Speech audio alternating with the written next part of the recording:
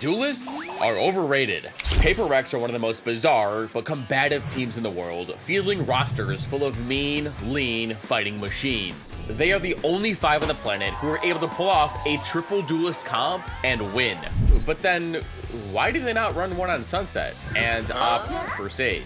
One of the most aggressive teams ever, running an extremely passive comp. Well, if you understand the map like they do, it all makes sense. So in this video, I'm breaking down the secret reason as to why this comp just works, and how Paper Rex have yet again revolutionized Valorant's meta.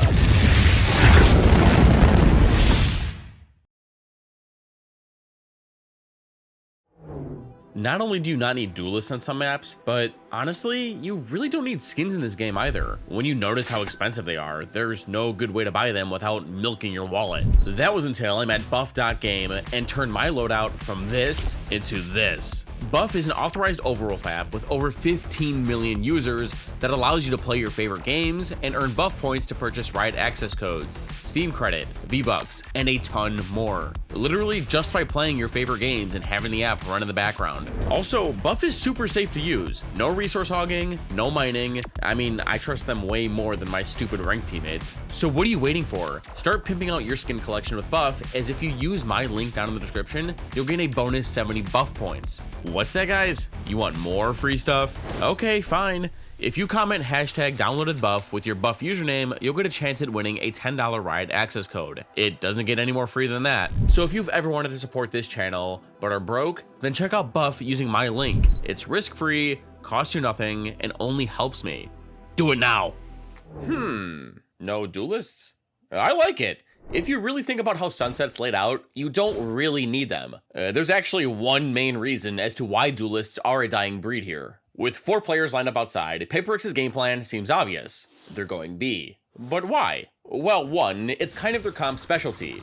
And 2, this site is busted. It's so broken that I'm dedicating an entire future video to showcasing why B needs a fix. Sub so you don't miss it. But to avoid running into a stack, KO is flinging his knife on A to push back any defenders while his team contacts up B behind their lurk wall. And since Cyphers usually play B with their plethora of trips and this nasty one-way, this screen should shield them. Now, I don't think Team Heretics have given much thought to this Sage comp. You'll see. Cypher and Sova are playing for spam off this wire and are also ready to double swing market with their one-way cam. Then on A, they have 3 ready to fight, leave 1, stack the rest of the map. But even with Neon's blistering speed, she won't get there in time. Both teams trade 0 points, and Heretics claim the space with a one-way, but who cares? The rest of Forsaken's team has waddled into B main undetected, and when they get to the entrance, Benju and Rhines realize that they didn't plan for this. They threw a knife over towards A at the beginning, so still 3 Heretics players committed to the A fight.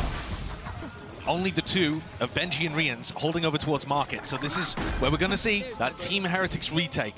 Raze creates space with their satchels, Jet dashes, Yoru teleports. But on certain maps, you don't really need a space maker. Sunset is all about defaulting into mid to break wires, create pressure on Market, and breaking up important sightlines on A so that you force the defense to spread more thin. Then, you hit what you want. For the most part, you don't need a space maker. But if you're hitting B head on, you kinda do need someone to close the gap. And Sage works just fine with her wall, and it counters the current meta.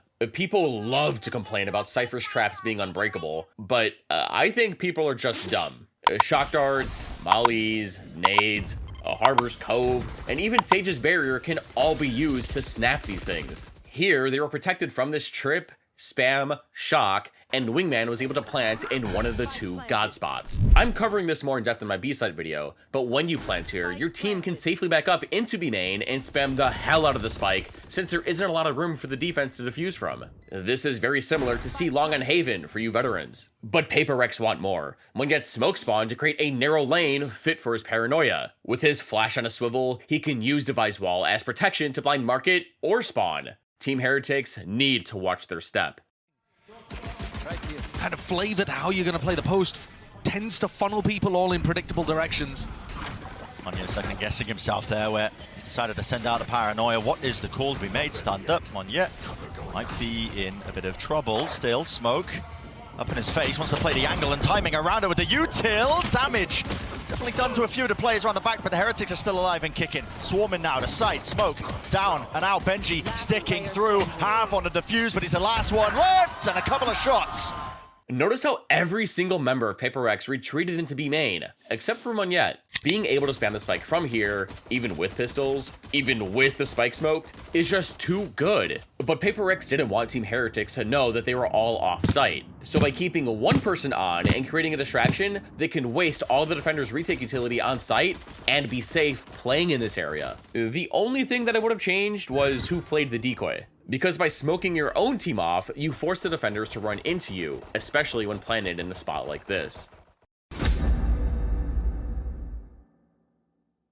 Paper Rex did Paper Rex things. Against the save, they swung into Heretic spawn because of a miscomm of their utility, but then with no one left, main got clogged up with a bunch of abilities. So they lost the anti-eco. But because two of them had ghosts, they were able to afford Vandals this round, forcing all their teammates to buy up around them. And then with this big pink beast roaming about, I don't see how you couldn't.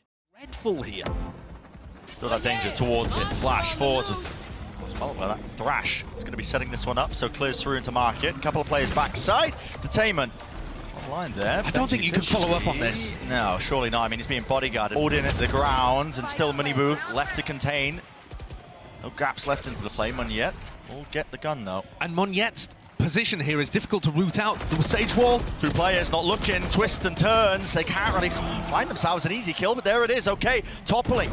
Two left standing, make it just one again. Mind Freak. Close to the pillar. Damage definitely done to a few of them. Still how? The shot's just landing.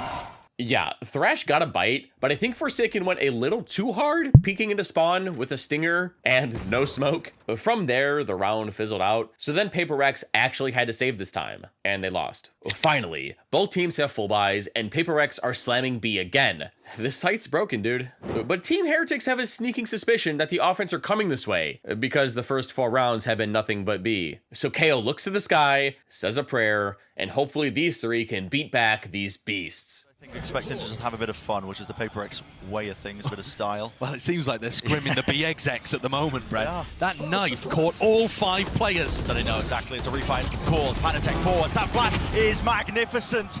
The Paper X are the ones coming out on top. Paper Rex were ready for this push, or maybe it was just troll from Team Heretics. This poison orb provides safe passage from any crossfires on site or anyone peeking into main. But Heretics got that dog in them, and they got put down. I don't know. Running at a team with no duelist just doesn't seem like a good idea. If you want to counter this wall plant that they've been doing, buy an Odin, get ready to molly this lane, or flood in a back site. This team comp struggles to get out of chokes. Let them come to you. And this Elim gives Devi his res. But look at all the space that Boo's gotten. Boo is fast behind him. Will he get the punish? Wide round is traded. 1 for 1. This knife's giving him all the information he's needed to push up this far. But here's the issue with pushing up this far and having the read on a team. There comes a point where pushing this much is too greedy. Omen's job here should be to contain, not necessarily take fights. Because if he dies, which he did, you now reopen the map back up for the offense to roam. Paper Rex have decided to turn tail back towards A, wall off tiles because they don't know where Team Heretics are either, you know, without a cipher, and get the plan off without a hitch. Do for them. Now, Mind Freak on the flank is actually a wild ways off. He's going to have to work his way up through mid here. There's one opener still. Something shuts that down to Benji. Last one left, and it's the trade. So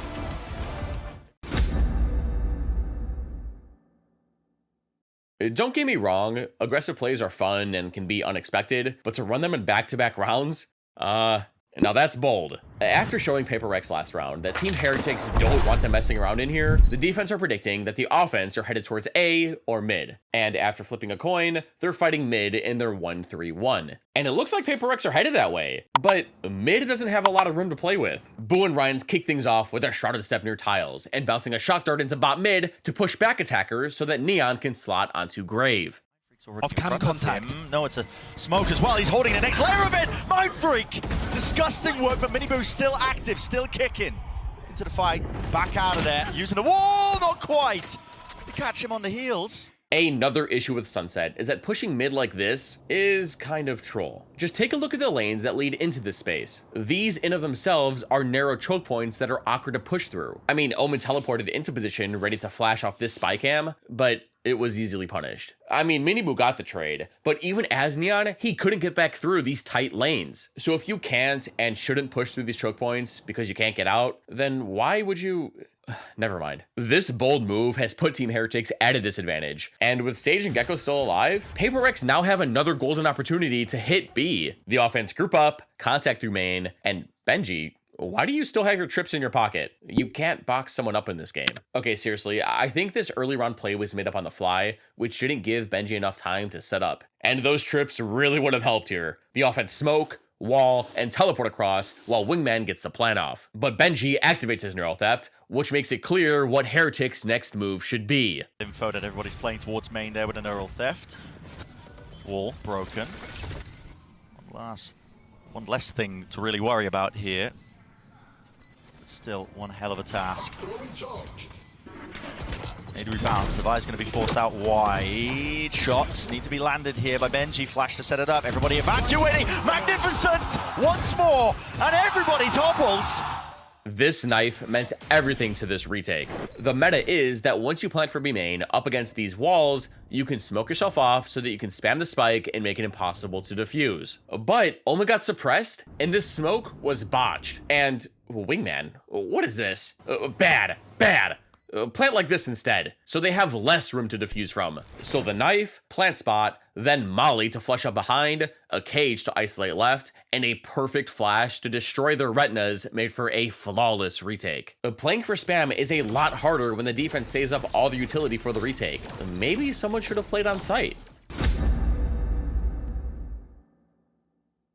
Round after round after round, Paper Rex have hit B and tried to play back for spam. So this round, they did it again with their null command, but were tired of playing back. The null man sent flying. Rips its way through, so not have to worry about our setup, but this is a fight towards the back of the side, actually. Something has been changed now. Smoke's dropped into the corner. Will they check it? Not quite. It's a half clearance. Oh, Benji is blinded. He does not care. 3.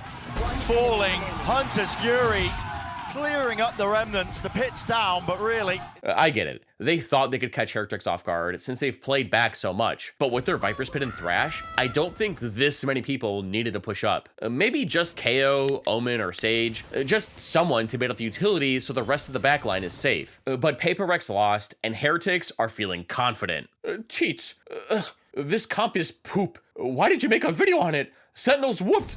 Jimmy, just because a team is losing, that doesn't mean a comp isn't working. Think, Jimmy, think. Paper Rex were just a few mishaps away from being up. But this round, they've come up with a new game plan. We go B again? Yeah. Wait, maybe A. Yeah. Ooga booga. Paper Rex don't have much to work with, and they don't want to invest their expensive abilities to go B. So this round mids the play, while Viper has swapped up her lurk wall. Before, it would protect the walk out of B main, limit the area where defenders can contest the execute, and ruin some of Cypher's setups. But now, it's been moved to the most important part of the map, A main. This wall orb combo disrupts visions of defenders holding these invaluable lines. If Heretics can slot someone into one of these 3 areas, they can allow their teammates to stack the rest of the map, drastically increasing their defense. But one of these spots are better than the others. The round opens up with Heretics shutting Paper Rex out of A main behind a knife and flash. But Paper Rex used their smokes to peek out of tiles and pass this one way. This denial of vision has the defense petrified, not wanting to give up any rifles. Danger in this round with Mind Freak. He's managed to work his way in, just walking past this. Does Boo expect it? Believe he must have called it. No, his head's gone.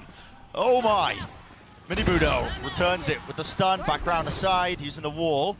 Out of these positions, this is the last one you want to spot A from. Because if the attackers swing you, there's a chance they deal massive damage, or hit a nice shot. But Miniboo got the trade and got out safe behind his fast lane. Now, look at the map. Where else are Paper Rex going to go? Without any other map control and no true sentinel to hold them space, the offense must force their way through. Now, they don't have great weapons. It's going to be hard. But what they do have is a shark. Zipped out of the side, but still continues to play into this in a one-and-done angle, but there it is. Thrash in connection, detained it. Miniboo's there, so he needs to be protected. Patitek flashed up though, he has to back away into the smoke, and there's the kill. Secured, follow-up. Sheriff is online, but yet disgusting work, and everybody just being traded out. That's why Gecko is so good on this map. The Thrash is still 7 orbs, which is probably going to be nerfed to 8, and is a literal skydog on steroids. But with all the open roofs and gaps in this map, there are so many places for Dizzy to find value. And now, when hitting A site, you need to split through both main and elbow. Without the other, your team is going to run into gigantic crossfires while funneling through multiple chokes. But on other maps, if you're not running a duelist, you need to split through multiple lanes, otherwise your execute is going to get stalled. So, if you're forced to go through these 2 chokes anyways, why would you run a duel? Forget it. After all the chaos, Benji is left in a 2 versus 1. He's forced to wreck Sage's wall, giving away his location. Doubled up, high-low setup, crouch, but they don't know where he might be coming from. Peeking for the info. I was a believer. That's unreal. I was a believer for a second. Yeah. All this walking up A last round has given Paper X an idea. They gave Gecko an op. In their 1-2-2 default, KO is applying pressure B, these two are poking and priding mid, and on A, something is going to cook in main and isolate one lane with their lurk wall to catch the solar player Team Heretics are leaving to watch this area with their operator. And speaking of, their goal in their 2-3 is to set Neon up in elbow and then go reinforce the rest of the map. Neon's fast, but can she escape the op? The round opens up with both teams trading KO knives, Heretics one Wingman, but GigaChad something walks through, op in hand. With our wall up, there's no way Heretics push through and hold this side. I can probably find a kill on elbow, right Wings? Before something moves up main, both of Paper X's controllers make a commotion in mid behind their dark cover and shrouded step. This drags the attention of Boo and Patitek, leaving Mini Boo all by himself. Something's playing. They really do favor this, just trying to slow the rounds down and find those picks. I think the slower you make these rounds, the more you open yourself up to Miniboo re-clearing areas with a flash. He's repositioning here. Danger, yeah. The crosshair placement wasn't online. And if you haven't figured it out by now, the one reason why duelists are horrible on Sunset is that... Yeah, using a paranoid. Yeah, that's just pure timing based on that. As soon as the flash comes through, pixel angle for Rians, not enough to clear the head off one of the bodies. Plant will go down without any problems. Spike planted. 2v4 doesn't look doable. At some point might be starting to think about the call to save this now. Surely Rians will even be allowed to exit. He makes a good go of it. Gotta respect it. You don't need to make space. Notice how throughout this entire round, and every round win for Paper X we've covered so far, not a single time did they need someone to close the distance. Here, they scaled up A main with their op and used their wall to isolate one side from the other. And when they split, it's not like they have someone flying in from one side. They just split the site, like you would on Ascent if you weren't running a Space Maker. Dizzy flew over, scanning the entire site, Sage's slow orbs prevented a flood, and Omen's paranoia snuffed out any rats. As long as Paper X were patient and pinched A at the same time, they could take site even without a duelist. And in the previous rounds, you could argue that Heretics got punished for having a duelist and pushing mid. These choke points are too long to fly through and get out safe, so why bother? Now you could make a case for needing a Space Maker to hit B, but Sage does a pretty good job at providing cover so that you can get this god plant down. But despite not needing a duelist, I think Team Heretics are starting to figure out the counter to this comp. Heretics take a timeout to figure out what to do. Coach, how are we supposed to hold A? These smokes are mad annoying, and we're losing a lot of rounds. What should we do? We could FF. What? No, you've been playing way too much ranked. Honestly, f the wall. Just push past it. Coming out of the timeout, Heretics have realized that they've been getting burned by this toxic screen. And there's two main ways to beat Viper smokes. Either fight in front of them, or have utility that holds either side. And here, Heretics opted for the earlier. Sides towards mid. Flash play. It's a setup early on so Miniboo can get onto that line of sight angle. Sets himself up nicely. This sheer amount of early and aggressive pressure has forced Paper X to move into mid, not wanting to spend the surplus of resources re-clearing the area. But these lurk smokes proved to be too potent for the defense, forcing two players to stay here as soon as Mindfreak put them back up. But with their null command primed, Paper X wanted to split B through mid and plow Cypher. And these players that were falling away from A could have fallen prone to it. Instead, here comes the B split. Hello. Benji's Uthil offline. Two different directions. So, all being used to clear out through market on top of the wall. It's anticipated. Great read. It's nasty business. A nasty shot. Osh in through the back. Just the slightest of gaps. Something's head's gone clean off, rolling off the shoulders here through the back of the site. Once more paranoia, but no, doesn't expect the deeper angle. Miniboo just playing so passively there, patiently making sure to do here. Needs a bloody miracle. Holding. There's one. Gonna get any more with 6 bullets left. Smoke fading, paranoia just in time. They're tracing and chasing down the fight. Mindfreak, he's there. Battle taken up close and personal. Headshots found, but still 11 HP. Monyet, he can't do it. They know he's low, and all it takes is a few stray bullets. Team Heretic's adjustment has worked. They were able to keep 1-ish people towards A and had 3B to contest this split. And as a quick side note, notice how Paper Rex sent their KO through mid. You see this pretty often now when teams use their null commands, as they want to tag the sentinel or smokes no matter where they are on the map. This throws a huge wrench into anti-KO setups, as no matter what, the defense's utility is being suppressed. And now, if KO just goes through one of the wings, there's a chance that their ult gets countered. And speaking of, Heretics are starting to play Paper Rex like a fiddle. They're starting in a similar setup to what we've seen previously. Info towards B and market, and fighting for A. But after realizing that Heretics have adjusted to these Viper smokes on A, Paper Rex shift their wall back towards B. And this is a dead giveaway to the defense that the attackers are going B, as every single time Paper Rex show their wall somewhere, that's where they're headed, and this round's no different. Heretics make the first move with a one-way, relay bolt, and knife. The defense quickly come to the realization that it's B, and without Viper clouding Boo's vision, he's okay to be left alone. 4 defenders are bolting over towards B as Paper Rex silently inch their way in. Now, Sage's wall can provide cover for a plant, but against 4 people? Only just getting onto the line though. Nade into the corner, that's to remove some of those unbreakable trips. Only gets rid of 1. Wall up once more, Rians doesn't get the pick. Eyes off the shot though. Man, fully revealed, spamming through, stopping off the plan and the damage done with the Hunter's Fury. It wasn't just the one-way that stopped this push, or this unbreakable trip, or the Sova Recon ult combo. Well, kind of. But it was this simple low-to-the-ground trip that ruined Paper Rex. Players have been so obsessed with these unbreakable wires and creating lineups to break them that people aren't paying attention to those toe trips. You gotta watch your grippers. But this trap served more than just a kill trip. It was also a counter to Wingman. No plant means no spam, and no spam means no win. This is the worst case scenario for Paper Rex. The spike is on site, they don't have a lot of map control, and Monyet just died to a shock dart. But hey, just because you're down, that doesn't mean you can't have win conditions. And Paper Rex have 2 of them. 1, while his teammates were getting stuffed like a Thanksgiving turkey, Mindfreak quickly exited B main to try and find some form of space or a timing in mid. And 2, they have a big-ass molly. Someone's going to be watching him though. Mosh pit into the corner. Does Benji survive? He's pushed out wide. Mindbreak and something. They both. Dude, how did... Okay, well, with Cypher's camera in mid and a couple spotting main, I don't think Boo had to give Mindfreak this peek, and Mini Boo could have walled off Benji to get out. But that didn't happen. Instead, Paper Rex have the player advantage and increase it by taking down Patatek and snagging the spike with Monyet's ult. And now, with Viper's power position in mid, she's calling her team back and is listening for the defense to rotate out. But Ryans decides to save his op, but dies to Devi, and Miniboo lives another day. Real quick, remember how I said this team sucks at getting through chokes? Well, this is how you play against a team like this. You block them into these areas. It's just that the Boo brothers threw.